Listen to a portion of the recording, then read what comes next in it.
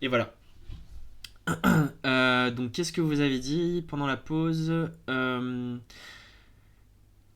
MCJ dit sinon, plus sérieusement, je vous invite à lire Travailleurs, employés, collaborateurs sur Mediapart avec le lien. Ah ouais, bah n'hésitez pas, carrément. Ah, en plus, là, c'est le blog, donc ça doit être un article gratuit, c'est cool. Oui, ça va, c'est pas déplacé, on va dire ça comme ça. Voilà, voilà. Du coup, je vous propose qu'on passe à la partie 2. Donc, comme je vous disais juste avant de partir, en fait, on est quand même en période électorale. Donc là, on est à fond, fond, fond sur les dialogues politiques qui essaient de nous séduire, d'avoir nos votes, etc. Et donc, moi, j'avais envie un petit peu de parler de ça, de quelle stratégie on utilise pour se mettre en avant, pour mettre en avant ses idées, etc. etc. Euh, donc voilà, je vous propose qu'on passe à ce sujet. N'hésitez pas, s'il y a des extraits qui vous viennent ou des idées, Ah, pardon, Oliver, tu disais... Ah, la vidéo où je parle... Ah non, moi, c'est pas moi qui parle de la grève à Continental, pardon. C'est... Attends, je vais vous la trouver, cette vidéo, parce que je vous conseille d'aller la voir un autre moment. Bah, en fait, si vous tapez Xavier Mathieu Continental, normalement sur YouTube, vous allez trouver plusieurs de ses interviews. Et je trouve que, voilà, quand je parlais du sujet de la justification ou non des violences des manifestants ou des gens qui sont dominés économiquement, etc., et ben, c'est un super bon exemple en fait. Voilà. Allez, on est reparti. Pop, pop, pop. Ok. Alors, du coup, donc là, je vous propose dans un premier temps qu'on parle des discours politiques quand ils sont en campagne, et puis ensuite on parlera plutôt des arguments rhétoriques des politiciens en général pour défendre leur bilan, ou la façon dont ils vont justifier la dernière réforme ou loi dégueulasse qu'ils ont prévue, ce genre de choses quoi. Mais du coup, repartant sur la campagne, il y a une stratégie rhétorique. Non, j'ai pas de Discord, Bactona, désolé. Il y a une stratégie rhétorique qui revient constamment chez les politiciens, c'est ce qu'on appelle le storytelling, donc la façon de raconter son histoire, de créer son personnage, de développer son ethos. L'ethos, c'est le concept développé par Aristote quand on désigne... en fait, c'est la façon de désigner l'image qu'un orateur donne de lui-même à travers son discours pour susciter de la sympathie, pour susciter de la confiance, de l'identification, etc. Euh, donc ça permet à la fois de se rendre séduisant, et ça permet aussi comment dire, de faire diversion des fois, d'éviter de trop déployer ses idées, euh, parce que parfois en fait on a typiquement Macron qui avait pas un programme qui était très clair, ou qui n'était pas sûr de plaire beaucoup. En fait, il a joué à fond sur lui-même plutôt que sur son programme. Et parfois aussi, on va avoir un storytelling qui va être une façon de renforcer la force de son programme en montrant la cohérence entre soi, son parcours et ce qu'on propose. Au contraire, donc il y a un peu les deux. Bactonan dit ethos, logos, pathos. Oui, voilà, c'est ça, c'est les trois concepts. Donc, ethos qui relie à ce que dégage la personne. Logos, c'est la rationalité des arguments, la logique qu'on va pouvoir déployer, entre guillemets, le concret de l'argumentaire. Et le pathos, c'est tout le recours à l'émotionnel, etc. La façon de toucher les gens. Bref. Donc, pour parler de storytelling, alors, je prends un extrait qui vient d'un travail qu'a fait une chaîne YouTube qui s'appelle Linguisticae, qui parle principalement de linguistique, qu'il a fait en featuring avec Usul, où ils ont fait 1 heure de vidéo sur la manipulation de la langue en politique. Donc je vous mets le lien pour ceux qui sont intéressés d'aller tout voir plus tard. Bon, moi là, je vous ai juste sélectionné un petit extrait qui correspond à ce que je dis précisément, qui est le storytelling, avec 2 exemples. Hop, là on a Obama. Et puis ensuite, on aura Hollande. Donc, Obama. My family lived overseas. I lived in Indonesia for a few years. And my mother, she didn't have the money to send me where all the American kids went to school. But she thought it was important for me to keep up with an American education. So she decided to teach me extra lessons herself, Monday through Friday. But because she had to go to work, the only time she could do it was at 4:30 in the morning. Now, as you might imagine, I wasn't too happy about getting up that early. And a lot of times I'd fall asleep right there at the kitchen table. But whenever I'd complain, my mother would just give me one of those looks and she'd say, "This is no picnic for me either, Buster." So I know that some of you are still adjusting to being back at school, but I'm here today because I have something important to discuss with you. Finalement, grâce au storytelling, Obama est quelqu'un qui paraît aux yeux des électeurs. Voilà. Donc, en gros, là, on voit clairement que ce qu'il est en train de raconter, c'est l'enfance pauvre qu'il a vécue, les difficultés que ça lui a fait endurer, et qu'il a dû, entre guillemets, se battre pour arriver là où il en est. Donc, du coup, ça crée un discours de quelqu'un, entre guillemets, qui vient du bas, et donc... entre guillemets, ça revient à ce que je parlais dans la première partie où je parlais de méritocratie. Là vraiment, tous les gens qui croient à la méritocratie, ils sont fans de son discours, clairement. Hein, c'est le discours du mérite. Hein. J'ai une vie dure et pourtant regardez là où j'en suis aujourd'hui parce que j'ai eu la volonté, je me suis battu pour ça. Et en même temps, ça peut susciter à la fois de l'empathie, à la fois de la confiance, notamment par exemple des gens des classes populaires en disant « Ah bah lui, il a vécu ce qu'on a vécu, etc. » Donc voilà, il y a un peu ces arguments qui arrivent derrière. Et là, il y a un autre passage un tout petit peu plus loin avec François Hollande que je trouve pas mal. Il est là. Tac. Voilà. François Hollande qui parle un autre exemple de storytelling. Socialiste. La gauche, je ne l'ai pas reçue en héritage. Il m'a fallu décider lucidement d'aller vers elle. J'ai grandi en Normandie dans une famille plutôt conservatrice. Mais cette famille m'a donné la liberté de choisir par son éducation. J'en remercie mes parents. Mon père, parce qu'il avait des idées contraires aux miennes et qu'il m'a aidé à affirmer mes convictions. Ma mère, parce qu'elle avait l'âme généreuse et qu'elle m'a transmis ce qui est le plus beau, l'ambition d'être utile. La gauche, je l'ai choisie. Je l'ai aimée, je l'ai rêvée avec François Mitterrand dans la conquête. Aujourd'hui, c'est moi qui vous représente. C'est moi qui porte votre espoir. C'est moi qui porte l'obligation de gagner. C'est moi qui va, dans ce combat, vous conduire à la victoire, celle que vous attendez depuis trop longtemps. On a tout, une vraie histoire. Donc voilà, donc là, avec Hollande, on a le fait que il explique, en fait, quand il dit moi je viens d'une famille qui est pas de gauche, et moi je suis de gauche, c'est une façon de mettre en avant son indépendance d'esprit d'une certaine manière. Hein.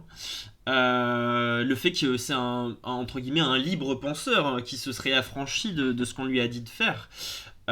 Et que en fait cette gauche là il y allait par lui-même et donc il s'en est convaincu et donc du coup c'en est un super représentant d'une certaine manière et aujourd'hui il est là pour défendre son camp. Voilà, donc des éléments de storytelling comme ça, en plus comme celui d'Hollande qui est difficilement vérifiable en vrai, donc il peut bien dire à peu près ce qu'il veut d'une certaine manière. Et voilà, donc ça c'est un premier exemple.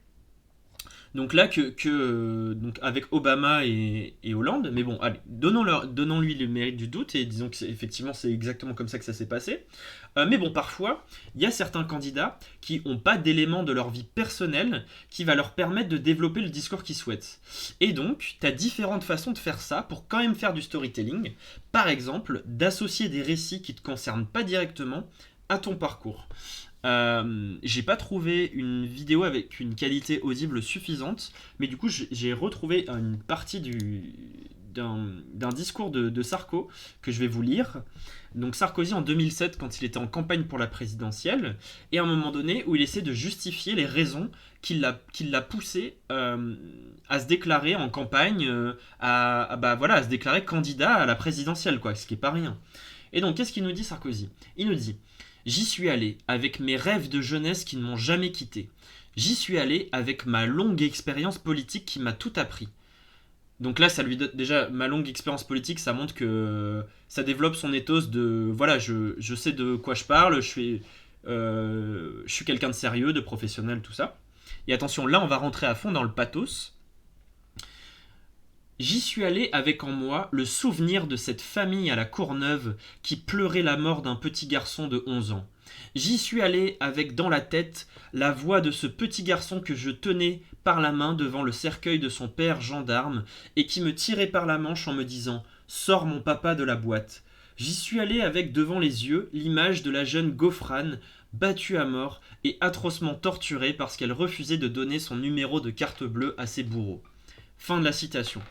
Donc là, il fait référence à des situations qui se sont passées durant l'époque où il était ministre de l'Intérieur.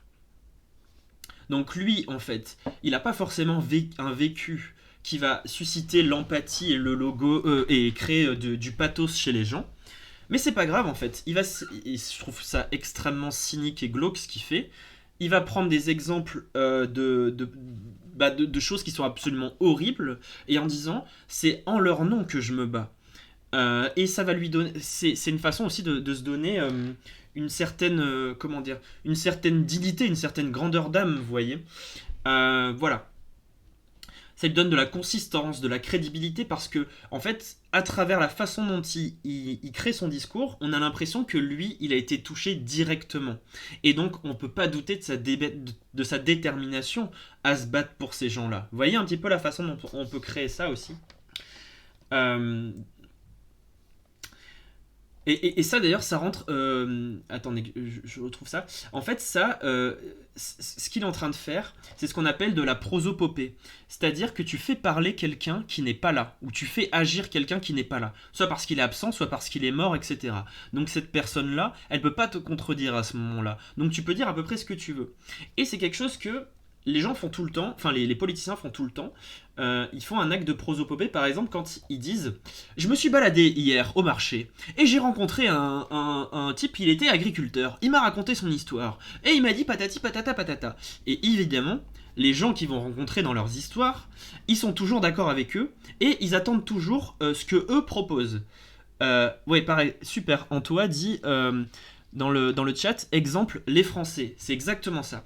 Vous savez, le nombre de fois où des politiciens vous disent les Français veulent veulent plus de sécurité. Les Français veulent plus de machin. Et ça tombe bien, moi, c'est ce que j'ai prévu de faire. Et bah, du coup, voilà. On fait parler des gens qui sont pas là, et donc on se met en crédibilité avec eux. Ok ? C'est un peu ça qui est fait, et que, en fait, il n'y a évidemment aucun moyen de vérifier qu'ils ont bien rencontré Michel le charcutier ou quelqu'un d'autre, en fait. Mais bon, on est obligé de leur faire confiance là-dessus.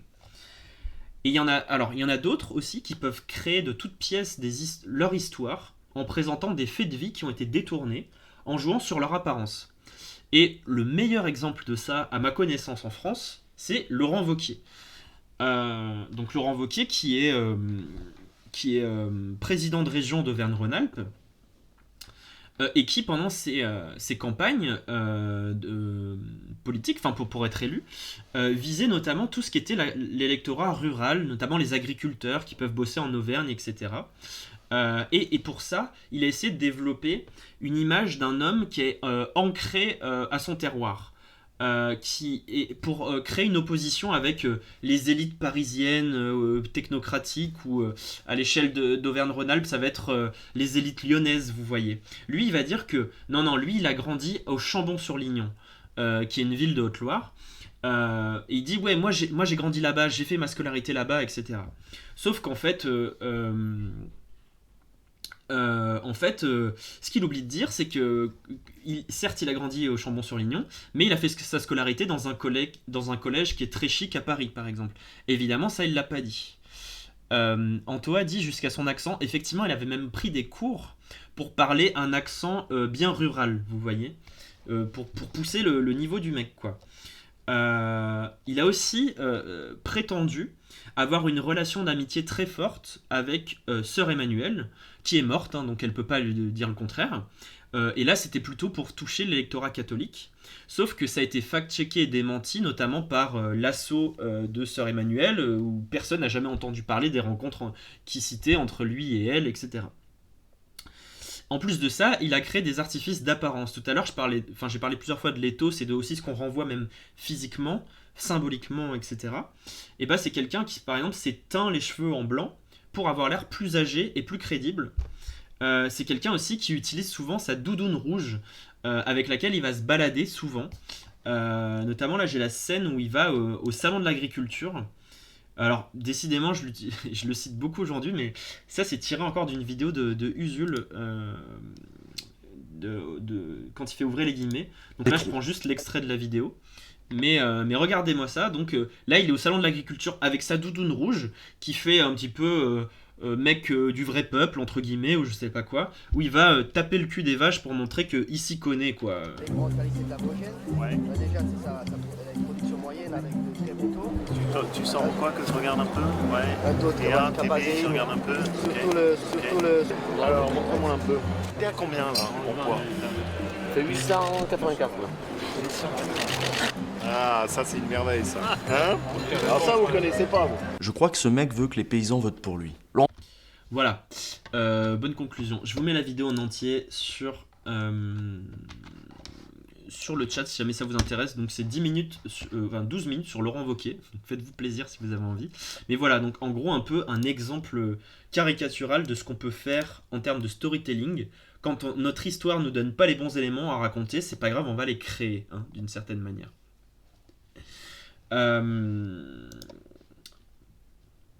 Il y a une autre manière aussi de travailler sur ça. C'est vous n'avez pas forcément besoin de raconter quelque chose de vous, ou que vous avez vécu, ou que vous pouvez simplement vous afficher à côté de certaines personnes pour envoyer des messages qui vont être bien précis. Là, par exemple, j'ai l'exemple de Sarkozy. Décidément, je parle pas mal de lui aussi. Sarkozy, pendant l'entre-deux tours, en 2007. Donc, c'est-à-dire que là, il a été élu au premier tour. Enfin, il est au second tour contre Ségolène Royal. Et il faut prendre en compte que, bon, il a une base électorale à droite qui est déjà solide. Et en fait, maintenant, il va devoir, notamment, le troisième homme de cette élection, enfin la troisième personnalité plutôt, c'est François Bayrou, c'est celui qui a eu le troisième meilleur score, donc un électorat qui est plutôt centriste, du coup. Et comment on peut récupérer cet électorat en juste son... il se montre à la fois à côté d'une personne qui est étiquetée socialiste, à la fois à côté d'une personne étiquetée centriste, et en plus ancien président. Donc là c'est combo. À la fois il a l'air de quelqu'un d'ouvert, et ça lui permet peut-être de toucher un électorat qui sont sensibles à ces personnes-là, et qui se disent, bon bah s'ils sont copains avec Sarkozy, c'est peut-être que ça vaut le coup. Et en plus, il est à côté d'un ancien président, et donc ça lui confère une certaine aura, d'une certaine manière aussi. Lui qui veut être président, un certain prestige, un certain sérieux, etc. Voilà.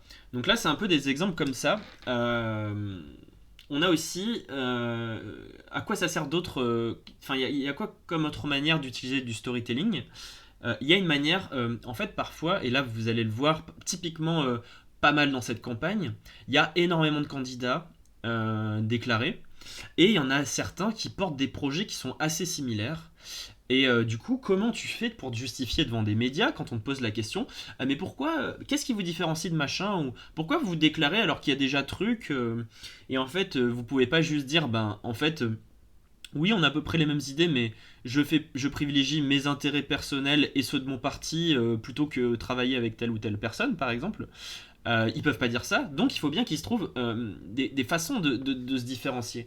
Et quand sur le fond des idées il n'y a pas grand chose, et ben alors on peut jouer sur des éléments de notre personnalité, de notre histoire, notre parcours, qui fait qu'on n'est pas pareil que machin. Oui, si seulement Macron pouvait faire un au revoir. Ouais, c'est ça. Bah, faut voir avec qui c'est qui vient derrière. Et donc là, bref, pardon, excusez-moi. Pour illustrer ce que je dis, il y a un extrait d'une émission Twitch politique que vous connaissez peut-être qui s'appelle Backseat, qui est tous les jeudis soirs sur Twitch, qui est plutôt pas mal.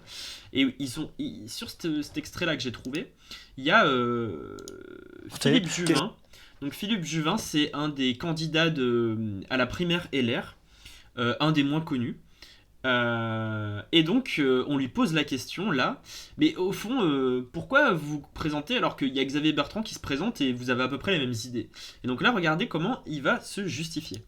Je vous différencie de Xavier Bertrand, c'est ça ma question, parce qu'aujourd'hui, n'est-il pas le mieux placé pour porter la droite et réunir la droite? Qu'est-ce qui vous différencie très concrètement de ce candidat? Mon parcours.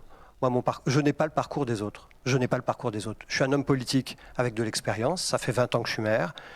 Je suis un homme politique qui a une expérience internationale. J'ai été 10 ans député européen. Je suis un homme politique qui a servi mon pays. Moi, j'ai porté l'uniforme de l'armée française en Afghanistan en 2008. Et à l'époque, en 2008, j'étais seul là-bas. Vous étiez soignant. J'étais médecin militaire là-bas. Je soignais les militaires de l'Alliance, les civils, les talibans blessés aussi. On soignait tout le monde. Et en même temps, j'ai un métier. Et j'ai toujours tout fait en même temps. Je crois que les Français veulent des parcours nouveaux. Si, au fond, il y avait à faire un choix un peu théorique de qu'est-ce qui vous différencie, je sais que vous aimez bien ces questions un peu simples, on répond par une réponse simple, c'est ça, c'est mon parcours. D'accord. Dernière question, Philippe Juvin, avant de vous quitter, vous me disiez tout à l'heure en dehors du plateau que vous jouez aux jeux vidéo. Oui. Vous jouez à quoi? Je joue à FIFA avec mon fils. Pendant très longtemps, il m'a beaucoup battu, là je me suis bien amélioré. Bref, donc voilà. J'ai juste coupé un peu. Donc là, qu'est-ce qui fait que... comment il se justifie? Il va parler donc du fait que... Et en fait, c'est malin ce qu'il fait. Parce que là, on est dans une période où il y a de plus en plus de défiance envers le politique. Et qu'est-ce qu'il met en avant en premier? C'est le fait que lui, c'est pas juste un politique. Lui, c'est un médecin, donc il fait un autre boulot. En plus, on sort du Covid, donc les médecins, enfin les gens qui bossent dans le médical ont plutôt la cote dans l'opinion publique en ce moment. Et puis après, il joue quand même sur son expérience de député européen, de machin, etc., qu'il est sérieux. Et donc voilà comment aussi il peut se justifier en fait, se présenter contre quelqu'un qui a plus ou moins, peu ou prou, le même programme à pas grand chose près. Ah ouais, mais nous on est différents. Moi je suis comme ci, lui il est comme ça.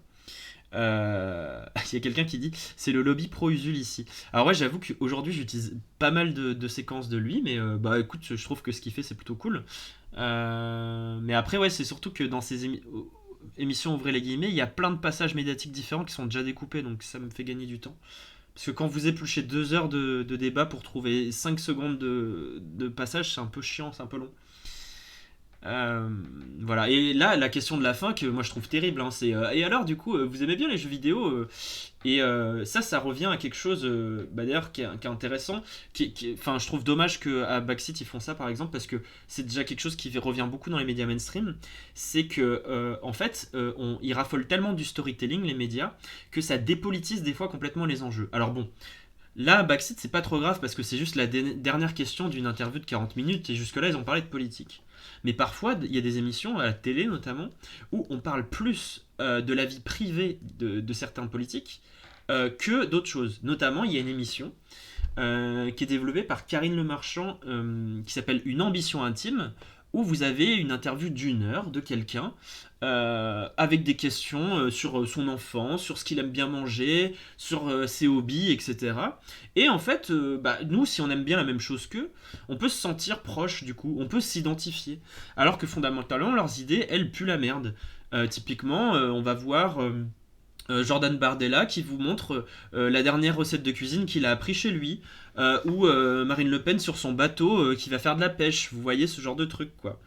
Et ça en fait c'est quand même quelque chose moi qui me pose problème dans le traitement politique, parce que c'est pas à travers ce prisme là qu'on devrait évaluer si on apprécie ou non quelqu'un et pourquoi on devrait voter pour. Et d'ailleurs, là-dessus, qui a beaucoup bossé là-dessus pendant la campagne de 2017, c'est Macron. Macron qui a contacté à plusieurs reprises la presse People pour faire des séances où il se promène main dans la main avec sa femme Brigitte pour donner une romance aux gens, etc.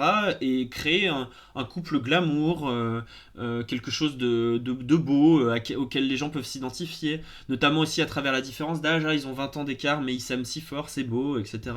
En plus de personnes plutôt élégantes, bien habillées, machin, ils font des belles photos. Voilà, donc ça c'est assez problématique. Et puis dernière petite séquence que je trouve mais vraiment pathétique pour le coup, de comment des médias peuvent dépolitiser des enjeux. Et là c'est, alors je fais la pub de ce truc quasiment à chaque live, c'est Acrimed, donc l'association qui s'appelle Action Critique Média, qui ont un site internet et une chaîne YouTube, qui fait une compilation Bonjour Manuel du traitement médiatique de Valls quand il est après son retour de Barcelone complètement foiré, où il a essayé la politique espagnole et ça n'a pas marché. Donc là il revient sur la scène politique française, il écrit un livre purement storytelling pour le coup, où il se plaint à quel point il a été malheureux, que ça a été dur, etc. Et en fait, qu'est-ce que font les médias ? Eh ben, ils mettent des pièces dans la machine, c'est-à-dire que ils vont aller acheter son propos sur le storytelling, etc. à fond. Donc ça donne ça. Bonjour. Vous publiez un livre très personnel sur vos combats politiques, sur vos valeurs, sur votre expérience du pouvoir, mais aussi sur vous-même, vos parents, votre vie privée, votre épouse aujourd'hui.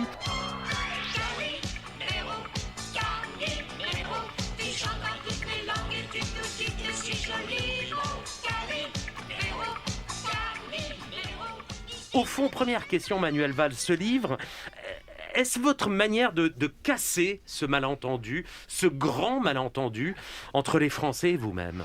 Un être humain et un homme politique qui se sent finalement pas très bien compris par les Français. C'est l'impression qu'on a, qu'il y a un petit peu méprise sur qui vous êtes vraiment. Mais on trouve aussi une douleur, celle du politique qui a été et qui a l'impression à un moment de ne plus être. Cet ouvrage est un cri d'amour à la France, Manuel Valls. Il a fallu vous éloigner pour mieux la retrouver.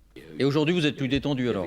Vous dites à ce moment-là, je suis devenu le traître. Quand je suis partie à l'été 2018, la rupture était consommée avec ma femme, avec la rue, avec les socialistes, avec la politique. J'étais mort. Là, vous avez d'ailleurs été traumatisé, vous avez mis 2 ans à remarcher, même dans les rues de Barcelone, sans appréhender d'être pris à partie. Ça a été aussi dur que ça, de se relever. Vous avez fait ce qu'on appellerait une dépression ou pas ? Un homme blessé qui se réfugie en Espagne parce que la France vous avait rejeté, Manuel Valls ? Aujourd'hui, vous revenez.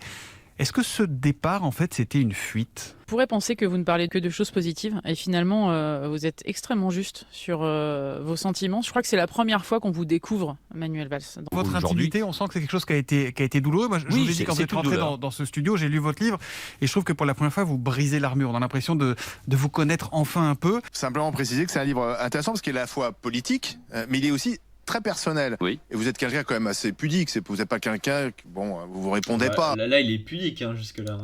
Certains le font. Vous êtes toujours assez. Pourquoi avoir voulu justement mettre un peu les tripes sur la table ? Votre mère, vous avez du mal à mettre des mots dessus. C'est étonnant d'ailleurs. Pourquoi c'est aussi dur pour vous ? Non, parce que c'est une sorte d'inventaire de votre vie, marqué par des souvenirs d'enfance, engagement politique, combat pour la laïcité, la République, et aussi des coups de cœur pour des lieux, des personnalités, des passions entre culture et football. Vous avez regardé le match quand même hier soir. Votre France, c'est celle des villages accrochés à leur rocher. Il y en a un rocher qui est très important dans votre vie, c'est la chapelle de Marcillac. Je voudrais que vous m'en parliez parce qu'on sent que c'est vraiment un point d'ancrage très important pour vous. On apprend aussi que vous êtes un piètre skieur mais un grand consommateur de raclette. Bon, vous avez retrouvé l'amour, vous en parlez. Dernière question, c'est sans doute la plus dure. Vous dites qu'on pense de vous que vous n'êtes pas un marrant et vous ajoutez « Je peux réciter les répliques du Père Noël est une ordure ». Si je vous dis... Je ne vous jette pas la pierre, Pierre, mais j'étais à 2 doigts de m'agacer. Vous l'avez ou pas ? On fait des enquêtes. Voilà le niveau des questions des médias, le niveau des réactions, etc. C'est un peu flippant quand même, j'espère que vous en conviendrez avec moi. Et donc du coup, en fait c'est fou, ce mec écrit un livre entier pour expliquer tous ses malheurs et comme c'est dur, etc. Et tout ce qu'on lui pose comme question, c'est ça. On parle pas de toutes les trahisons qu'il a pu faire à son camp politique, des trucs foireux qu'il a fait en Espagne, etc. En plus, Oui, alors Antoine dit dans le chat 410 ventes de bouquins. Et en fait, ça c'est très intéressant parce qu'il y a plein de politiques, et pas seulement des intellectuels de médias, qui font très peu de ventes de livres. Mais pourquoi ils écrivent un livre? Parce que quand ils l'écrivent, ils sont invités sur tous les plateaux. Voilà. Et donc, du coup, ça leur permet d'accéder à la médiatisation et de pouvoir développer le discours qu'ils veulent. Et voilà, c'est comme ça que ça marche. Et donc, vous avez vu le niveau des questions. Oh là là, c'est dur quand même pour vous. Et donc, du coup, vous êtes séparés avec votre femme. Est-ce que vous avez retrouvé quelqu'un et alors, vous aimez bien la raclette et vous aimez bien les blagues. Mais c'est super. Et en fait, il y a des questions et des enjeux politiques qui sont hyper intéressants sur le fait qu'il veuille revenir en France après son passage au Parti Socialiste, après la primaire, etc. Après tous les projets qu'il a portés, qui sont désastreux hein, globalement. Après même les alliances politiques qu'il a fait en Espagne aussi. Enfin bref. Voilà un petit peu ce qu'on peut voir de pire en termes de traitement médiatique du storytelling aussi, quoi. Vraiment, je vous conseille... d'aller lire des articles un peu d'Acrimed, c'est vraiment super ce qu'ils font. Ou d'aller voir les vidéos qu'ils font. Ils en font pas beaucoup de vidéos, ils font plus des articles quand même. Voilà, donc en gros là on est à peu près terminé sur tout ce qui est storytelling. Donc moi c'était la partie que je voulais aborder sur la question de la phase où ils sont en campagne. Alors j'aurais pu aborder sur plein d'autres prismes, mais je trouvais que c'était intéressant. Et puis donc ensuite ils sont élus, et donc quand ils sont élus ils vont pouvoir développer leur discours, etc. Et ce qui est terrible, c'est quand ils sont élus, ils vont utiliser la légitimité des votes des Français ou des gens de leur commune ou peu importe pour balayer les oppositions. C'est-à-dire que quand vous avez été élu, vous dites que du coup vous êtes le représentant du peuple, que vous êtes du coup le grand gagnant du jeu démocratique, et donc quand vous proposez un projet de loi dégueulasse et que tout le monde est contre, et ben vous allez dire mais attendez, vous n'êtes pas démocrate là, les Français m'ont élu pour faire ça, maintenant je fais mon programme. Dans les circonstances qu'on connaît, avec une abstention très forte, une montée de l'extrême droite qui fait qu'il y a beaucoup de gens qui votent pas par conviction mais par peur de voir quelque chose de pire qui advienne, etc. Donc ça c'est aussi dangereux. Mais bon, bref, je me suis un peu égaré, c'est pas ça dont je voulais parler. Je voulais parler de la façon dont on peut, dans les discours politiques, tenir des discours qui sont creux. Donc quand je dis creux, ça va être d'invoquer des mots qui ont généralement des connotations plutôt positives, mais sans préciser ce qu'on met derrière, sans les définir, sans dire en quoi ça va avoir de la pertinence dans notre projet politique et comment on veut les voir advenir, par exemple. Et alors du coup, j'ai cité pas mal de travaux de gens différents aujourd'hui, et là ça fait quand même 3 heures que je parle de rhétorique et j'ai pas montré encore Clément Viktorovitch, donc je me dis que je suis quand même un peu obligé de lui faire de la pub pour les personnes qui ne connaîtraient pas. Donc c'est quelqu'un qui fait des chroniques quotidiennes. Là actuellement c'est sur France Info. Avant c'était sur Canal, sur l'analyse des discours politiques, la rhétorique, etc. C'est plutôt intéressant. Et donc là, quand je parle des mots creux, des mots, vous savez, les mots positifs mais qui ne veulent pas dire grand-chose, là il parle d'Anne Hidalgo là-dessus. Anne Hidalgo dont j'ai parlé il y a 2 semaines dans mon live. Donc voilà un petit peu ce qu'il en dit, c'est assez intéressant. Elle se réclame d'une valeur cardinale, le respect. Le respect. Le respect de notre planète, de la nature et du vivant. Le respect absolu de la dignité humaine. Le respect pour ces femmes dont les droits sont niés. Pour ces Françaises et Français dont les parents sont venus d'ailleurs. Pour celles et ceux qu'on a appelés les premiers de corvée. Pour ces soignants, ces médecins, ces scientifiques. Pour ces patrons de PME, ces agriculteurs, ces artisans. Le respect de la laïcité et de la démocratie. Le respect du dialogue et de la parole donnée. Bon, le respect, c'est voilà, on aura retenu le respect. Hein.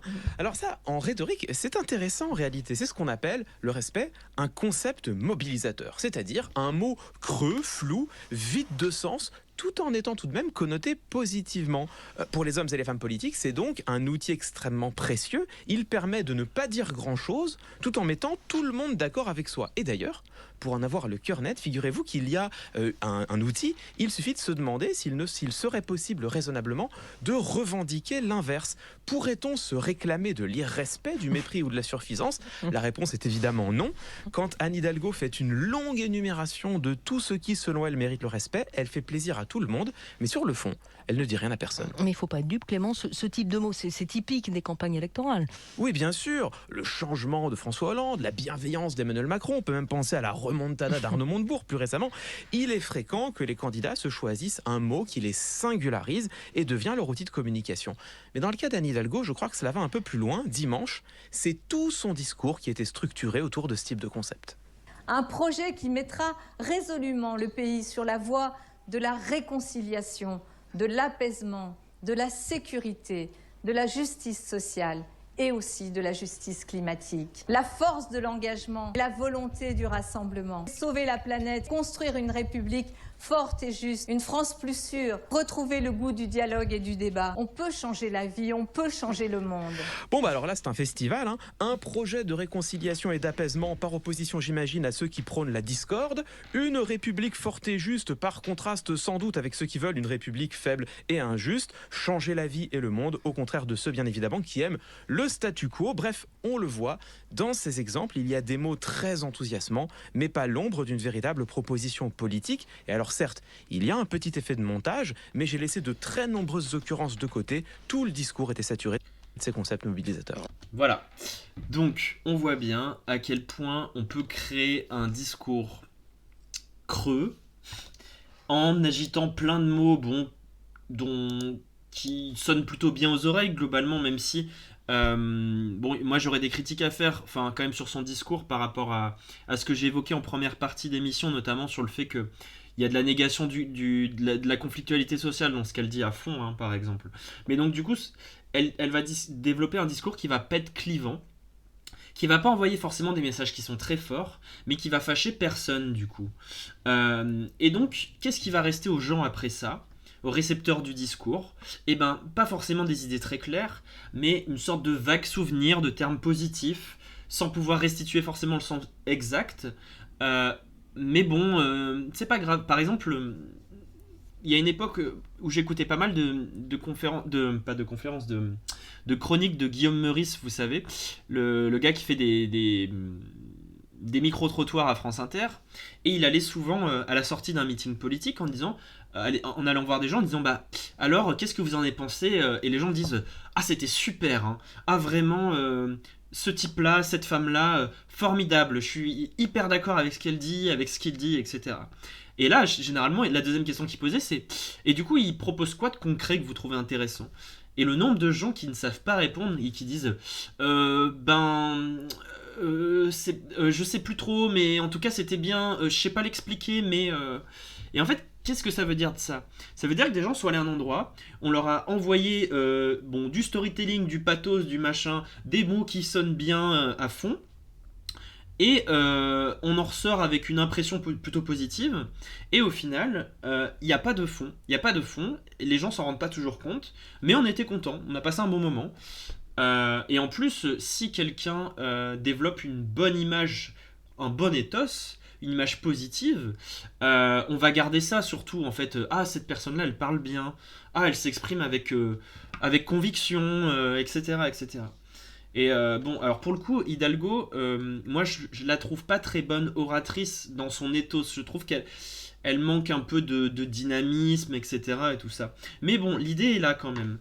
Il y a un exemple là, d'ailleurs j'ai un extrait, je vais vous le passer, de Macron en campagne en 2017, qui dit quelque chose de hyper creux, globalement.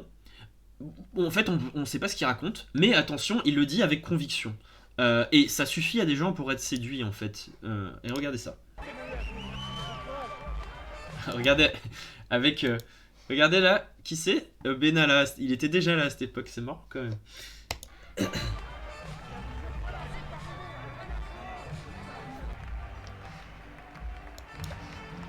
Parce que je veux être le candidat de la justice.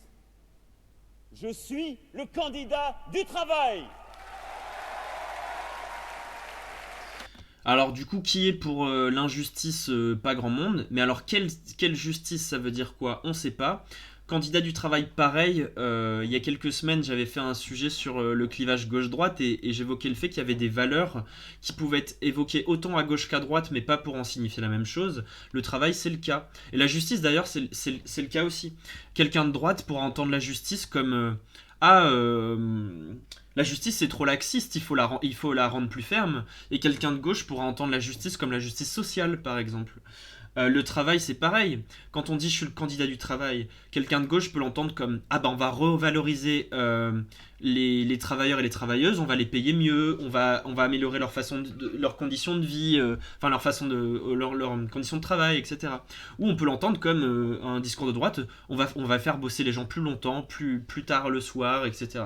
Bon, évidemment, il s'est avéré qu'il était bien de droite sur son projet, mais il y avait le doute quand même. Pour des gens qui étaient peut-être pas très très politisés, ça laissait planer le doute, ce qu'il disait. La France doit retrouver ce goût du risque. Elle doit savoir parfois aussi accepter l'échec. Et pour cela, oui, nous devons, à travers plusieurs transformations, réduire le coût de l'échec, faciliter l'échec quand il advient, parce que ce n'est pas grave. Alors, qui est pour accentuer le coût de l'échec? À partir du moment où on définit pas ce que c'est l'échec. Alors bon, là, moi, peut-être que je pense que vous le comprenez aussi. En sous-texte, il faut lire, quand il parle de goût du risque, il parle de l'entrepreneuriat. Et donc, du coup, réduire le coût de l'échec, c'est, en gros, quand une entreprise va pas très bien, on va l'inonder d'argent public pour la relever. Globalement, c'est un peu ça, je pense. Il y a quelque chose comme ça, un peu dans le fond. On va alléger les charges, les charges, je vais en parler après, d'ailleurs. Mais en gros, on va leur réduire les impôts, comme ça, ils vont pouvoir faire leur truc. Moi, j'entends ça. Peut-être que c'est autre chose, mais bref. Mais en tout cas, là, c'est parce que je lui prête des intentions de droite. Voilà, si je suis quelqu'un de gauche et que je connais pas cette personne, je peux aussi mal interpréter ça et me dire bon, voilà ce qu'il dit, ça, moi, ça me parle plutôt réduire l'échec. Peut-être c'est l'échec scolaire, j'en sais rien. On sait jamais. Parce que le cœur, c'est d'avoir entrepris. Là, il y a l'entreprise. Parce que quelques-uns échoueront, d'autres réussiront, mais le pays avancera. Voilà, donc là, la dernière fois, vous avez vu, pareil, qu'est-ce qu'il veut dire exactement? C'est quoi comme projet concret que ça veut dire? Parce que quelqu'un échoueront... D'autres réussiront, mais le pays avancera. Bon, ça veut pas dire grand-chose, mais il le dit avec conviction. Et les gens derrière, ils sont en mode, ouais, c'est super. Voilà, donc... un discours creux, bien énoncé, ça peut plaire, ça peut être pas mal. Je vais passer à la suite. Donc je parlais de termes, d'évoquer des termes positifs un peu vagues, comme ça, un peu creux. Il y a aussi le fait de... Comment dire, cette rhétorique-là, elle peut être... attendez, non. D'abord, avant de parler de ça, je vais vous passer juste ce passage-là que je trouve intéressant. Il y a quelqu'un que vous connaissez peut-être si vous avez un peu traîné dans le milieu de l'éducation populaire, quoique même maintenant, il est connu assez largement médiatiquement. Franck Lepage, qui a fait ce qu'il appelle une conférence gesticulée, en gros une sorte de long sketch politisé, si vous voulez appeler ça comme ça, où il parle justement de cette façon d'utiliser la langue de bois en agitant des termes qui veulent pas dire grand chose. Donc je vais vous montrer l'extrait. Toutes les conférences gesticulées de Franck Lepage, elles sont trouvables sur YouTube. C'est plutôt intéressant globalement ce qu'il fait. Après, je mets quand même des warnings. Moi, pour avoir vérifié plusieurs fois, des fois il fait des erreurs factuelles assez importantes. Parce qu'en même temps il parle 2h30 sans forcément toujours vérifier ce qu'il dit, j'ai l'impression qu'il improvise un peu tout ça, donc forcément on fait des erreurs parfois, mais il en fait pas mal, donc faut pas prendre tout ce qu'il dit comme argent comptant. Et en plus récemment, j'avoue, c'est pour ça que ça m'a fait un peu chier de le citer, mais bon quand même, là ce passage là est intéressant.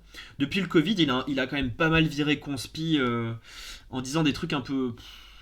que moi je trouve un petit peu navrants. Mais bon, ça n'empêche pas que là, le passage précis que je vous passe, je trouve que ce qu'il fait, c'est intéressant. Je voulais juste tempérer un peu qui c'est aussi. Hop, je vous montre l'extrait du coup. Hop. Donc là, voilà, c'est sur la surenchère de mots creux, dans la langue de bois un peu. Vous avez besoin d'une dizaine de concepts opérationnels, c'est-à-dire... Alors, je suis désolé, le son est pas excellent, j'ai pas trouvé une séquence mieux. De mots qui ne veulent strictement rien dire, mais qui donnent l'impression de dire quelque chose. Là, je vous ai préparé une communication à 17 mots. C'est pour les besoins du spectacle, c'est énorme. Vous n'avez jamais besoin de ça. Vous n'êtes pas là pour faire passer le maire pour un imbécile. Lui utilise à tout casser, 5 mots, 6 mots, enfin vous voyez... vie associative, partenariat, développement local. Le préfet, s'il est là, il utilise 2 mots, lui, République, sécurité. Enfin, vous voyez. Alors, je les bats devant vous, j'espère que vous me faites confiance. Je coupe. Et donc, vous dites, Mesdames, Messieurs, Monsieur le Président, Monsieur le représentant du Conseil général, Monsieur le maire, je voudrais revenir dans le temps qui m'est imparti sur une notion qui, moi, me paraît essentielle. Et cette notion, c'est évidemment la question des habitants, que je voudrais mettre avec cet autre concept qui est celui des acteurs. Si nous voulons considérer les habitants comme des acteurs, c'est-à-dire réaliser avec eux un authentique diagnostic partagé qui prenne véritablement en compte la dimension interculturelle, alors, à l'heure de la décentralisation, ce que nous appelons encore citoyenneté doit nécessairement s'inscrire dans une proximité, parce que la question démocratique est tout entière contenue aujourd'hui dans celle de la préservation du lien social, et à l'heure de la mondialisation, c'est désormais l'espace du local qui est l'espace du partenariat que nous devons tisser de solidarité, faute de quoi ? Faute de quoi, lorsque nous demandons aux gens de faire des projets, eh bien, il n'y aurait, à l'issue de ces projets, ils n'entraîneraient, si vous voulez, aucune espèce de développement. Et c'est pourquoi nous devons inlassablement raisonner avec eux en termes de contrat et faire notre effort permanent pour mettre en place une vraie, une authentique, une sérieuse participation avec eux. Voilà, et après il rebat ses cartes et puis il le refait une deuxième fois pour montrer à quel point les mots sont interchangeables et qu'en gros quand tu as l'habitude, parce que là l'exemple qu'il donne c'est qu'il a bossé au ministère de la Culture et donc il y a tout un tas de colloques où tu vas avoir à la fois des élus locaux, à la fois des partenaires associatifs, par exemple des gens de centres sociaux, de MJC, ou des gens, bref, à différents postes qui vont se rencontrer, qui vont discuter, tout ça. Et qu'en fait, à la fin, on raconte pas forcément grand-chose. Mais là, qu'est-ce qu'on en garde ? Il n'y a pas de mots clivants, comme je disais avant. Il n'y a pas de mots qui va vous allez vous dire « Ouh là là, j'ai pas aimé ce qu'il a dit. » Bon, par contre, qu'est-ce que vous en gardez ? Pas grand-chose. Mais bon, c'est pas grave. C'est un peu ça l'idée. Voilà un petit peu là-dessus. J'avance un peu. On va sortir un petit peu de ce truc-là. Et maintenant, on va parler de quelque chose que je trouve plus problématique. Parce que jusqu'à maintenant, on agitait des concepts positifs, mais pour brasser du vide, pour dire de rien, globalement. Là, en fait, il y a aussi tout un tas de fois où les politiques ils vont utiliser un vocabulaire positif pour justifier des mesures ou des projets de société qui sont dangereux, qui sont agressifs sur le plan social, etc. Par exemple, sous le quinquennat Hollande, ou celui de Macron d'ailleurs, ça marche aussi, il y a eu beaucoup de projets de loi antisociales, comme celle de faciliter les licenciements, enfin les lois de travail qui ont commencé sous Hollande et qui ont terminé sous Macron. Donc les lois de travail qui permettent de faciliter des licenciements, et qu'est-ce qu'on va faire pour justifier ça ? On va invoquer un besoin de flexibilité de la société. Flexibilité, c'est un terme plutôt positif, on parle de souplesse aussi. Et on peut l'opposer avec des choses qui sont avec la rigidité et la lourdeur, la complexité du code du travail qu'on va pouvoir ainsi alléger. Vous voyez un petit peu donc comment on peut créer une dichotomie entre termes positifs et termes négatifs, en inversant en fait justement qu'est-ce qui est censé être positif et qu'est-ce qui ne l'est pas. Et d'ailleurs, les personnalités politiques qui portent ces projets de loi, généralement, ils les qualifient de réformes. Et initialement, la définition de réforme, c'est, je cite, « faire subir à quelque chose des modifications importantes destinées à l'améliorer ». Donc là, il y a des cas où quand on parle par exemple de réforme des retraites pour baisser le niveau des retraites et faire travailler les gens plus longtemps, il faudra m'expliquer à quel moment c'est une amélioration concrète. Donc vous voyez, il y a des termes comme ça. Et donc ces réformes, elles sont souvent présentées comme des réformes qui sont ambitieuses et novatrices. Et on va les mettre... et en fait, c'est paradoxal parce que en fait, ce sont des retours en arrière. Par exemple, quand vous décidez, imaginons, de faire travailler les gens plus longtemps, plus tard dans leur vie, mais en fait, c'est exactement revenir en arrière, c'est-à-dire revenir, alors j'ai pas les dates exactes, mais plusieurs décennies en arrière. Quand vous décidez de baisser le coût du travail, par exemple, pareil, c'est un retour en arrière, en fait. C'est des choses qui ont déjà existé auparavant. Et on est arrivé à ce qu'on est aujourd'hui parce qu'il y a des gens qui voulaient avoir mieux. Et là, on va proposer ça comme quelque chose d'ambitieux, de novateur. Ce qui est complètement l'inverse, du coup. Hein. Par exemple, là, un autre exemple de comment on va valoriser quelque chose. Là, j'ai pas mal écouté Elisabeth Borne, qui est la ministre du Travail actuellement, et qui porte un projet de loi qui est absolument horrible, qui est d'ailleurs en train d'être voté, qui a été voté plusieurs fois, mais il y a des problèmes avec le Conseil d'État. C'est la réforme du chômage, pardon. Qui en fait vise à attribuer moins facilement le chômage, à baisser les indemnités chômage, donc à rendre la vie dure aux chômeurs, aux gens précaires, etc. Et elle va pas dire ça. Elle va pas dire ma réforme, elle vise à punir les chômeurs. Elle va dire qu'elle vise à encourager le travail. Bon, bah voilà comment vous voyez l'inversion. Il y a Antoine qui dit les lois sécuritaires aussi. La sécurité est la première des libertés. Oui, voilà, c'est ça. Qui ne serait pas pour, oui, effectivement. Qu'est-ce qu'il y a d'autre encore ? Ah, voilà. Au sujet du dernier projet de réforme des retraites, donc, qui a été abandonné là parce qu'il y a eu des énormes manifs, puis le Covid derrière, et maintenant les élections qui approchent, et pas envie de se retaper des manifs juste avant. Bref, ce projet-là, dont le but c'était quand même de s'attaquer, parce qu'on a une quarantaine de systèmes différents de retraite en France, le but c'est de s'attaquer notamment aux plus protecteurs, ce qu'on appelle les régimes spéciaux, donc à ceux qui protègent le mieux les gens, qui les indemnisent le mieux. Le but c'est de les attaquer, mais on va pas dire oh il y en a, on va pas dire on va réduire par le bas. Ils vont dire qu'on va harmoniser les systèmes de retraite. L'harmonie, c'est quelque chose de positif, pareillement. Et on va créer un calcul qui est équitable et universel. Donc voilà, comment vous voulez être contre ça, hein, si vous n'allez pas dans le fond. C'est difficile, en fait, de développer ça. Et donc voilà, tout ça, c'est des procédés d'euphémisation de la violence sociale. Même là, c'est encore pire, c'est au-delà de l'euphémisation. C'est vous présentez quelque chose d'agressif comme quelque chose de positif. Ça, sur les questions d'euphémisation, je fais une petite parenthèse, parce que là je parle de social plutôt. Ça se voit pas mal, notamment sur aussi les questions géopolitiques. C'est encore plus dur parce que, même moi qui me considère comme plutôt politisé, qui suis l'actualité politique de façon régulière, moi la politique internationale, j'avoue que j'ai du mal à tout comprendre, la politique étrangère et tout ça, en plus on le voit pas, c'est à dire que c'est pas quelque chose qu'on peut vivre nous, ou côtoyer des gens qui sont forcément amenés à le vivre, donc tout ça paraît très loin. Et donc ces discours-là d'euphémisation ou de valorisation des interventions de politique étrangère, c'est encore plus dur à décrypter.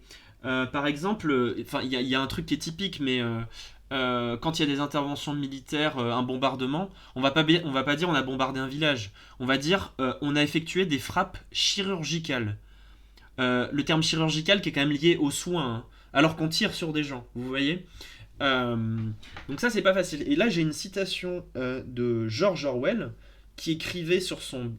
C'était dans les années 40 qu'il écrivait ça. C'est un livre qui s'appelle La politique et la langue anglaise. Et là, il a un discours sur la justification des interventions, notamment internationales, etc. Je vous lis ça.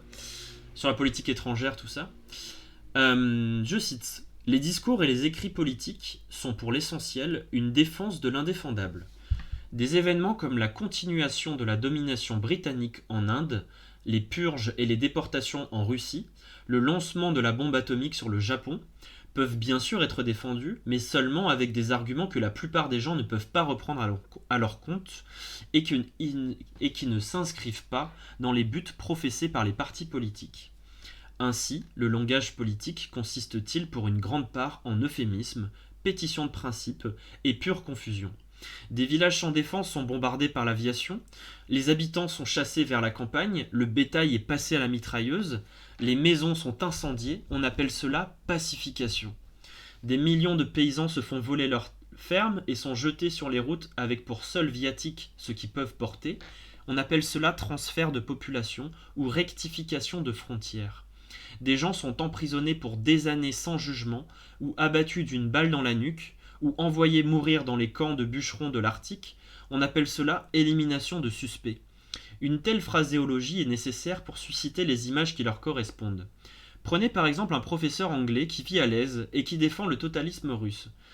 Il ne peut dire d'un trait « Je crois qu'il faut tuer ses adversaires toutes les fois qu'on peut en tirer un résultat profitable ». Il dira plutôt quelque chose du genre « Tout en concédant volontiers que le régime soviétique affiche certains traits que les humanistes sont enclins à déplorer, nous devons, je pense, reconnaître qu'une certaine restriction du droit de l'opposition politique est un corollaire inévitable des périodes de transition, et que les rigueurs auxquelles le peuple russe a été confronté ont été amplement justifiées dans la sphère des réalisations concrètes. » Voilà, fin de la citation.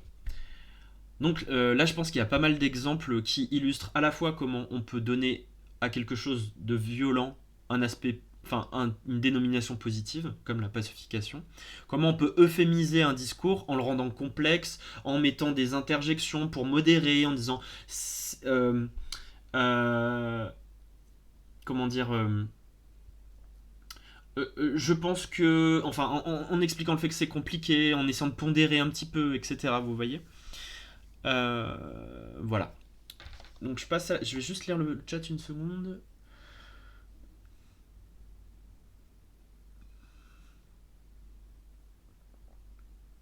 Ouais, c'est intéressant ça.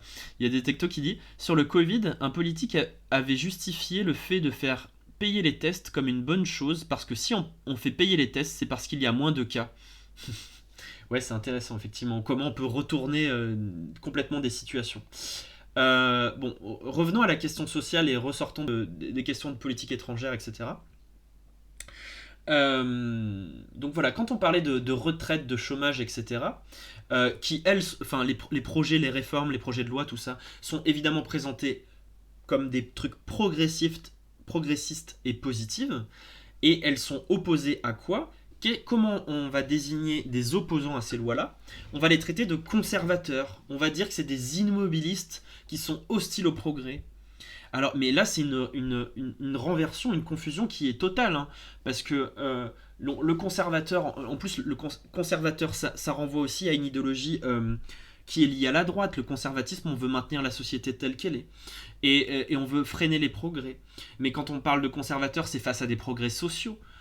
Et là, en fait, en quoi une réforme des retraites ou une réforme du chômage qui va précariser des gens amène des progrès sociaux ? Aucun. Donc, en fait, vous voyez, il y a complètement un retournement, en fait, qui est fait. Et donc, du coup, voilà, on va pouvoir aussi utiliser des termes péjoratifs pour déqualifier des mécanismes ou des groupes sociaux qu'on veut attaquer. Par exemple, quelque chose qu'on attaque constamment dans les discours politiques et dans les discours d'entreprise, etc., c'est les cotisations sociales, qui sont un mécanisme de solidarité qui va permettre de financer le chômage, la sécurité sociale, la retraite, etc. On va appeler ça comment ? On va le rebaptiser des charges sociales. Donc des charges, on a l'idée d'un poids qui est lourd, qui va être contraignant pour les entreprises. On présente ça comme un frein à l'investissement, un frein à l'embauche. On va pas pouvoir donner du travail aux gens à cause des charges sociales. Et en plus, ça va fuir les riches investisseurs dont on a absolument besoin pour faire tourner l'économie de notre pays. Voilà comment ça va être proposé. Donc voilà, il y a tout ça qui est fait. Il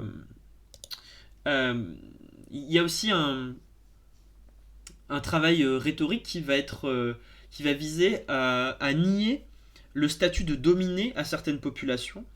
Par exemple, au fil du temps, il y a quelques décennies, dans tout un tas de structures sociales, quand on parlait des pauvres, on disait les exploités.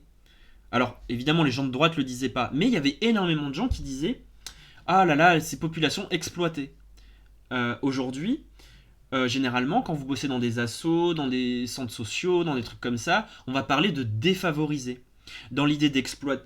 Là, je cite du Franck Lepage, j'ai juste pas trouvé un extrait où on entendait suffisamment bien, hein, je précise, c'est pas de moi. Du coup, quand vous entendez exploiter, ça sous-entend qu'il y a un exploiteur, donc qu'il y a une relation de dominé à dominant. Donc à partir du moment qu'on a conscience d'être exploité, on peut vouloir se révolter contre ça et s'attaquer aux dominants. Et donc remettre en question cette situation de domination. Quand vous êtes un défavorisé, vous n'avez pas de chance. Le défavoriseur, ça n'existe pas. Donc vous pouvez pas... en fait, votre colère, vous pouvez la diriger soit contre le hasard qui a mal fait les choses, soit contre vous-même éventuellement, mais pas forcément contre quelqu'un qui vous a situé dans cette position-là. Donc voilà aussi comment des concepts vont amener à même penser sa propre réalité ou penser les gens avec qui on travaille au quotidien. Je pense par exemple aux travailleurs sociaux où en fait, à force de décennies de devoir écrire pour avoir des subventions, faut écrire des demandes de demandes de subventions en utilisant tout un tas de termes que les politiciens utilisent eux-mêmes, parce que si vous utilisez des termes qui vont engendrer de la violence sociale, de la confrontation, évidemment on va pas vous donner vos subs, et à force d'utiliser ce discours-là tout le temps, parfois on peut en être affecté par ça aussi. Et voilà, et donc tenir un discours qui va avoir tendance à plaindre des défavorisés, plutôt qu'à être révolté contre des exploiteurs. Enfin après, bon, là c'est le stade encore au-dessus, on peut directement dénigrer des corps sociaux, ou notamment diviser des corps sociaux en les opposant les uns aux autres, en présentant certains comme néfastes à l'intérêt général, pour légitimer des offensives sociales. Donc là, je vais vous mettre un petit extrait de Laurent Wauquiez pour parler de ça. Juste avant, je vois qu'il y a un message dans le chat. Le défavorisé, c'est un peu de la faute à pas de chance ou à la sienne. L'exploité, c'est à cause de l'exploiteur. Oui, voilà, c'est ça. Ouais, exactement. Donc là, il y a un discours de Laurent Wauquiez que je vais vous passer à l'Assemblée nationale qui vise à baisser les mécanismes d'aide sociale. Et alors, comment il va justifier ça ? Il va justifier ça avec ce discours-là. Vous avez demandé au cours des mois qui se sont écoulés des efforts considérables aux Français. 10 milliards d'euros d'impôts supplémentaires, principalement sur les classes moyennes et les familles modestes, dans une année théorique de pause fiscale. 2 fois. Dans le même temps, Monsieur le Premier ministre, nous apprenons que les dépenses d'assistanat, et notamment l'aide médicale d'État, qui permet à des étrangers en situation irrégulière d'accéder à notre système de santé gratuitement, ont-elles explosé. S'il vous plaît. Allez. Ces dépenses étaient prévues pour cette année à 588 millions d'euros. Elles ont explosé à 744 millions d'euros avec une augmentation de 25%. Où sont les fantasmes quand nous apprenons par exemple que certains sites internet proposent rien que moins que des cartes d'aide médicale d'État payantes pour permettre à des étrangers irréguliers d'accéder gratuitement à notre système de santé? Aujourd'hui, ce système est déraisonnable. Quel message envoie-t-on quand un étranger en situation régulière qui vient pour travailler bénéficie de moins d'aide qu'un étranger en situation irrégulière? Quel message envoie-t-on quand un retraité, grâce à vous, devient imposable, alors que dans le même temps, l'étranger en situation irrégulière bénéficie de l'accès à notre système de soins? Ce message, c'est celui de votre injustice. Les efforts sont toujours pour les mêmes. et de l'autre côté, vous laissez exploser l'assistanat. Voilà, donc discours traditionnel de la droite qui va opposer... Enfin, de la droite dure hein, quand même, hein, parce que là, il y a quand même des relents... des relents d'extrême droite aussi dans ce qu'il raconte, quoi, mais... Donc, il y a... En fait, plutôt que s'en prendre à des dominants, on va justifier des gens qui sont relativement dominés, mais pas complètement. Donc là, il cite notamment les classes moyennes, en dénonçant les plus dominés des dominés, qui sont les gens... Enfin, pour avoir l'aide médicale d'État, c'est qu'il faut quand même vraiment pas avoir un rond. Et donc du coup, le danger c'est quoi? C'est l'étranger et c'est les assistés. Et avec ce discours-là, on va permettre de justifier le fait de donner moins d'argent à des gens qui en ont besoin. Mais évidemment, on va pas aller prendre dans les caisses du patronat, des actionnaires ou de ce que vous voulez, de l'argent pour réduire les impôts des classes moyennes. Clairement pas. Parce qu'en fait, il va s'indigner du traitement des classes moyennes ou des retraités, etc. C'est pas pour autant qu'il va se battre farouchement pour améliorer leur niveau de vie. Il va simplement faire un travail de détournement de la colère vers d'autres classes dominées, en fait. Et ça, c'est quelque chose d'extrêmement classique qu'on voit depuis des décennies et que malheureusement, dans même plein de tendances politiques qui sont classées à gauche, des gens ne comprennent pas ça et continuent à opposer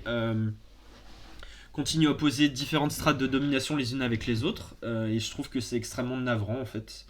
Là, évidemment, ces dernières années, le bouc émissaire numéro 1, c'est les musulmans.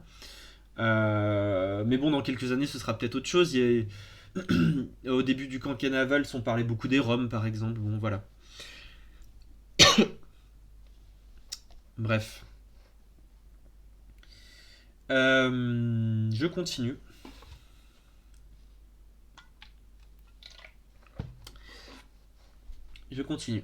Donc là, jusque-là, c'était la façon de délégitimer des corps sociaux pour s'attaquer à eux, ou pour créer de la division entre différentes strates de catégories dominées.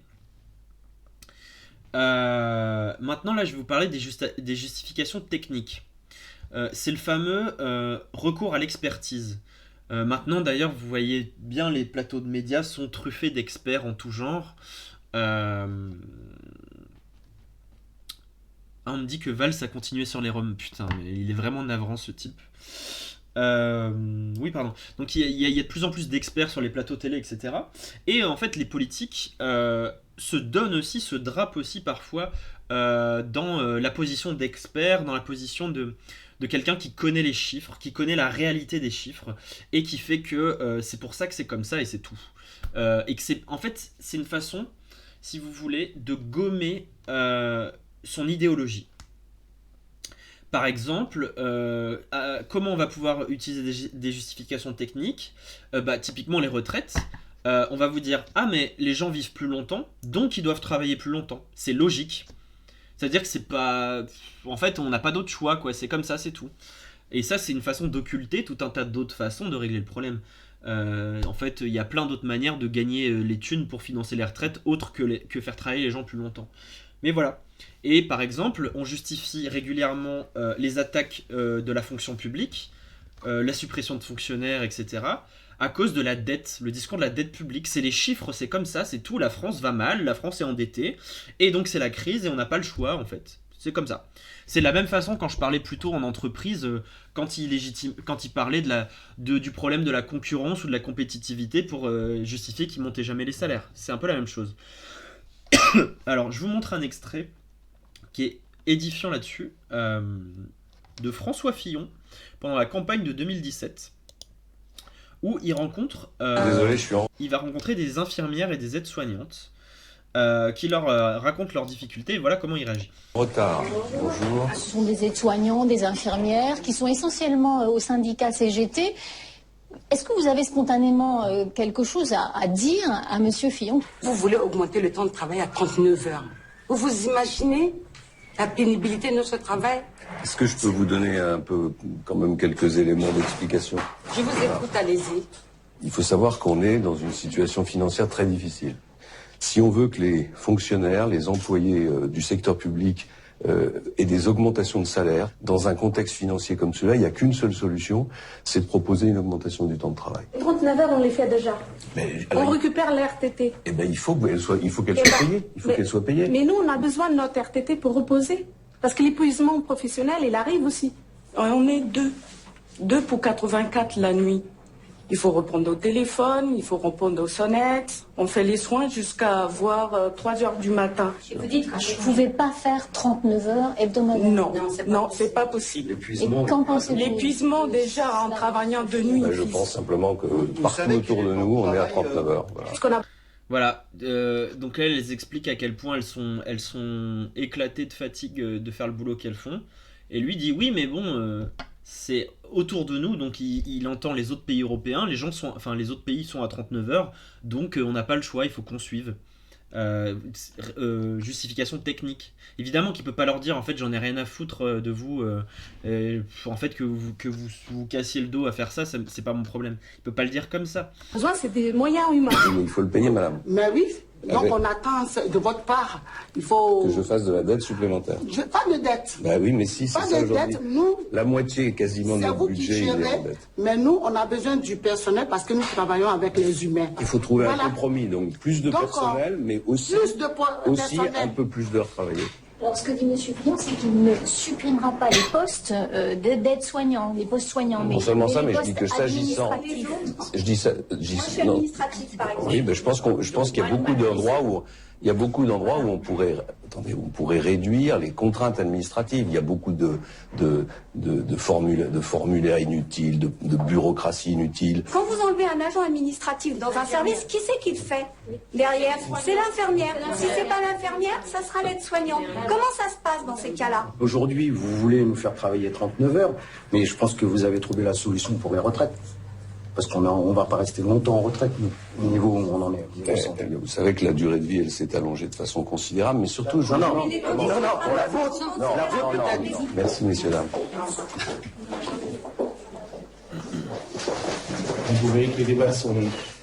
Non, mais je les connais, les débats. Pardon. On se met là? Oui. Tout à l'heure, j'ai bien écouté ce que vous avez dit. C'est à nous, professionnels de santé, de faire des efforts. Sauf qu'on fait des efforts depuis 30 ans et qu'on n'en peut plus.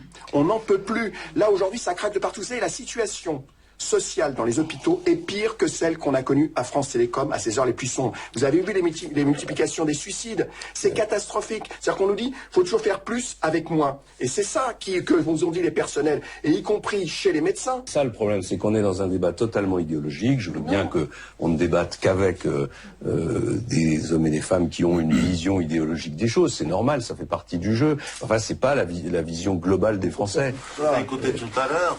Donc voilà, là il y a la totale. Il y a à la fois les discours techniques, il y a de la dette, il y a de la concurrence avec d'autres pays, il n'y a pas le choix, c'est comme ça. Il y a à la fois, du coup, en adossant ce discours technique-là, il y a une opposition avec il dit en face de moi, j'ai des gens qui font de l'idéologie. Soi-disant que lui, ce serait pas de l'idéologie. Ce qui fait, lui, ce serait purement factuel. En fait, c'est quelqu'un qui serait juste pragmatique, vous voyez. Et en fait, les autres, c'est des idéologues. C'est des gens qui brassent des idées. Oui, mais en fait, vous n'êtes pas dans le concret, vous n'êtes pas dans le réel. Sous-entendu, vous comprenez pas la réalité des faits. Et ça, c'est quelque chose qui vient constamment. Et qui est un discours qui est extrêmement prégnant au centre et à droite, parce que ils sont tellement dans une position de domination en termes d'idéologie, en fait. Leur idéologie, elle transpire tellement partout dans les canaux de médias dominants, etc., que en fait ils peuvent donner l'impression, comme en fait on entend tellement tout le temps ce genre de discours, que c'est juste un état de fait, que c'est comme ça et c'est tout. Il y avait Frédéric Lordon, qui avait écrit un article sur le monde diplo qui était intéressant, où il parlait, lui, de ça, justement, de l'idéologie dominante, et il le comparait avec les accents. En France, il y a un accent qui est très majoritaire, qui est en fait initialement l'accent parisien, et qu'on entend dans beaucoup de coins, enfin, employé par beaucoup de Français. Et après, dans certaines régions, dans certaines campagnes, etc. Enfin, par exemple, au sud, il y a un accent particulier, au nord, il y a un accent particulier, etc. Et en fait, quand quelqu'un comme moi, en fait, qui a un accent, l'accent qui est dominant, donc l'accent qui est initialement parisien, va rencontrer quelqu'un du sud, il va pouvoir lui dire que moi j'ai un accent. Sous-entendu que lui a un accent. Pardon, je vais lui dire que lui a un accent, sous-entendu que moi je n'en ai pas.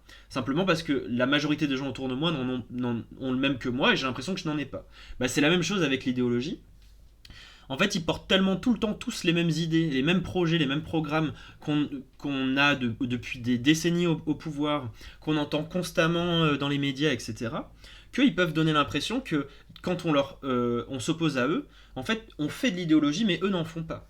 Soit disant qu'ils défendraient pas un idéal de société qui est bien particulier, avec des intérêts particuliers, etc. Oui, voilà ce que dit Antoa.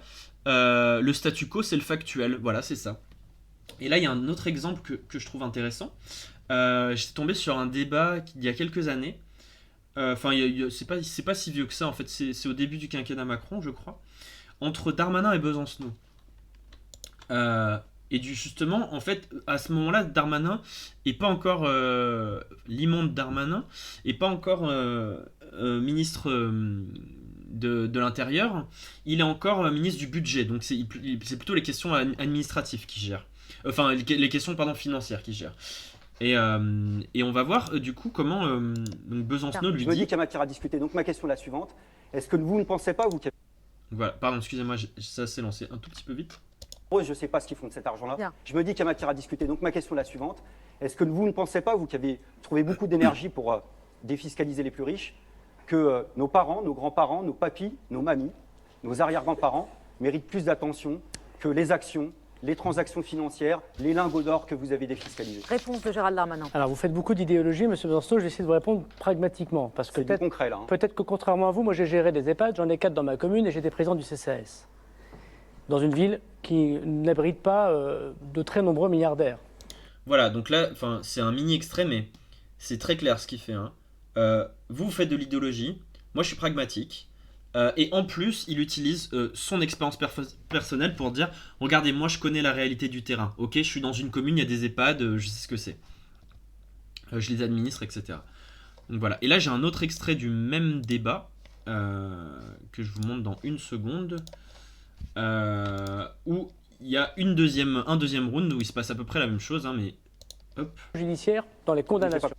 Ah voilà, c'est ça. En fait, donc dans cette situation-là, il y a Besancenot depuis tout à l'heure qui insiste pour qu'on supprime ce qu'on appelle le verrou de Bercy. Le verrou de Bercy, c'est en gros un outil à disposition du ministère de l'économie qui peut permettre en gros d'absoudre juridiquement des cas manifestes de fraude fiscale, par exemple, de ce genre de choses.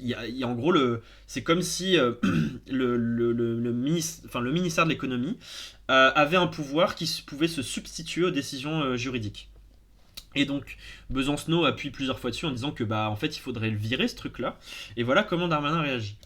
Compris, il faut lever le verrou de Bercy ou pas? Mais moi, ce que je pense... Non, mais vous en pensez quoi, vous? Moi, je pense qu'il faut davantage contrôler. Non, mais est-ce que vous êtes pour le lever, puisque c'est ça le débat, vous l'avez dit vous-même? Mais c'est pas tellement le sujet de lever, c'est qu'est-ce qui est le plus efficace. Okay. Non, monsieur Besancenot, franchement, ne faisons pas d'idéologie sur ce point. Qu'est-ce qui est le plus efficace pour les comptes publics? Je vous pose une question. Mais qu'est-ce qui est le plus... si, parce que le principe de lever ou pas lever, c'est l'idéologie. Moi, je vous pose la question... Je n'ai pas compris si vous étiez pour ou contre, c'est simple comme question. Je vous pose la question, qu'est-ce qui est plus efficace pour récupérer de l'argent? Moi, je vous dis, faut lever entre autres, il faut lever le verrou de Bercy. Donc voilà. Donc là, en plus, c'est une question qui est extrêmement concrète et technique, c'est un cas précis. Lui, il renvoie ça quand même à de l'idéologie. Et en plus, qu'est-ce qu'il répond derrière? Mais non, moi je cherche des solutions qui sont efficaces. Et je veux pas faire ça. Donc voilà, ça légitime encore ce que je dis, renforce ce que je disais tout à l'heure. Et parfois, du coup, pour justifier encore des positions comme ça, comment dire, donc il y a les arguments techniques, et puis parfois en fait on va même pas prendre la peine de justifier, on va utiliser le bon sens, on va dire, mais maintenir ce truc là, ou faire cette réforme là, c'est juste du bon sens, voilà, c'est tout. En fait, et en gros, on souligne quelque chose comme une telle évidence qu'elle n'a pas besoin d'être plus amplement justifiée, n'a pas besoin d'être argumentée, etc. Ça suffit en soi. Il y a ce qu'on appelle une stratégie rhétorique, c'est l'ad populum, c'est-à-dire l'appel au peuple. En gros, c'est le fameux tout le monde sait que. Mais enfin bien, vous savez, tout le monde sait bien que en France, on a besoin de ci, on a besoin de ça. Tout le monde sait que ce projet-là est dangereux. Tout le monde sait que. Et en fait, évidemment, il n'y a pas de sondage pour dire que si il y a des gens qui pensent ça ou il n'y en a pas. On s'en fout. En fait, c'est comme ça, c'est tout. Tout le monde sait que. Et évidemment, les gens sont pas là pour comment dire, pour dire l'inverse. Donc, on peut arriver à croire que oui. Voilà, donc c'est un peu comme ça aussi qu'on peut justifier des choses.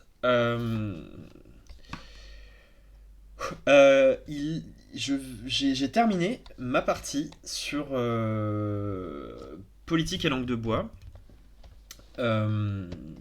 Ça fait quand même 3h30 que je live. Et en fait, j'aurais pas le temps d'aller au bout du reste. Et en plus, là, je vois que depuis une demi-heure, il y a un peu moins de monde qui est là. Donc en fait, ce que je me dis, c'est que le reste, en fait, je le traiterai une prochaine fois. Donc les questions de médiatique et les violences policières.